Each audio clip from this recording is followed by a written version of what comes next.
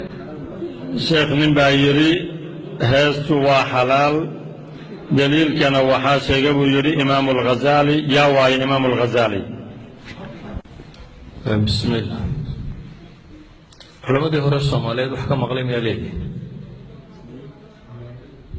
goorma maqasheen heesuu banaay maalin dhaweey ma wax cusub soo baxay sideedaba heestu iyo gabaygu waxay ka mid yihiin afka marka hore wixii ku xumay wuxun yahay wixii ku sanawaysan yahay haddii eray hees ama gabay la yidhaahdo la isugu qaaduuduubo heesta qaar bannaan baa jira laakiin waa tee gela soo looma heesi jirin inaad gelaaga ku caraabisaa hees ma bannaantay mise ma bannaana waa bannaantay عهدي النبي حداقة ولا سمين شيء رفقا بالقوارير بالنبي لها سحابه أورته قامين يا دمر كفوشيهين دبتنا قالوا مرك الله عرابنا يا سجارة هذا تقول له غيصه وتوبيها قبضة جرا دبتنا كان سحابه انتو نبي عليه الصلاة والسلام أورو ديبي دمر يساريهين أيوننا ضعت في عمبو هاي سيقول له غي دبتنا قالي بتوري يسف عن صدبك علي أورتي بقى dheeraysay markaasuu nabigu ku yidhi rifqan bilqawaariir war dumarka dhowr buu nabigu leeyahay yani ka kala daawa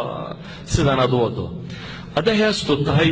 tii xoolaa lagu waraabsan jiray ee marka la waraabinayo loogu heesayo waa bannaantay hadday tahay tii maqasha lagu kaxayn jiray waa bannaantay hadday tahay tii caanaa lagu lolan jiray waa bannaantay hadday tahay tii ilmaa yar loogu heesi jiray waa bannaantay idan heestu markaynu af Soomaaliga nidhaahno hees ama gabay ama maanso ama wuxuu ka hadlay ku xirantay hadday waxun ka waramaysa ka war naag ma jeclaaday way boodiya cadayd waa kan hadda hees ka dhigto teenay banaanayad oo garanaysa waayo wax xumad ku hadlay adaan heesaynin haddaad afka caadiga ku tiraahday ku xumayd Soomaaliya idan horta sideedaba afka waa af hadduu heesi iyo hadduu gabay yahay hadduu yahay wuxuu ka warramay ku xidhantay haddaba waxbaa jira heesta dheer oo inta heesta la yidhaahdo hoosta laga gelinayo oo dhaqanka Soomaaliyeed kuba jira waxaan muusiga la yidhaahdo dhaqankii Soomaaliyeed gaalku la socday soo saama ogidin horta dhaqanka Soomaaliyeed hidiyo dhaqanku kuma jiro muusig safaaradii ugu horeysay bigilka la tumi jiray Ingiriiska watay iyo Hindidii la socotay cuutiya kamanka intii laga raaci jiray qoladii cadan ka timi baa la timi